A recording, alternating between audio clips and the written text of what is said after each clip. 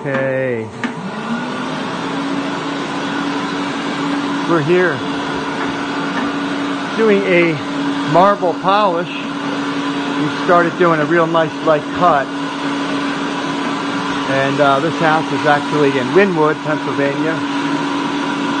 And it's the owner is moving, so we're doing multiple services.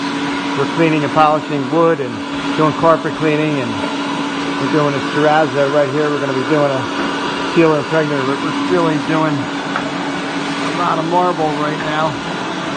And this is the polish process. And so it's got some pattern to it, nooks and crannies and different things, but here's this will take us out another 15-20 passes to really bring the stone up. And here's just getting, see how bright, clean this looks. Came up nice right here. So that's how that's going to look when we're done in the whole hallway.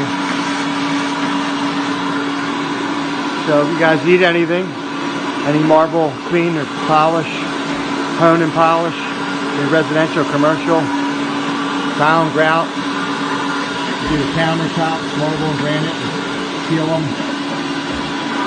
Just doing the terrazzo floor, we're going to clean and seal it. Visit us at www.navescleaning.com.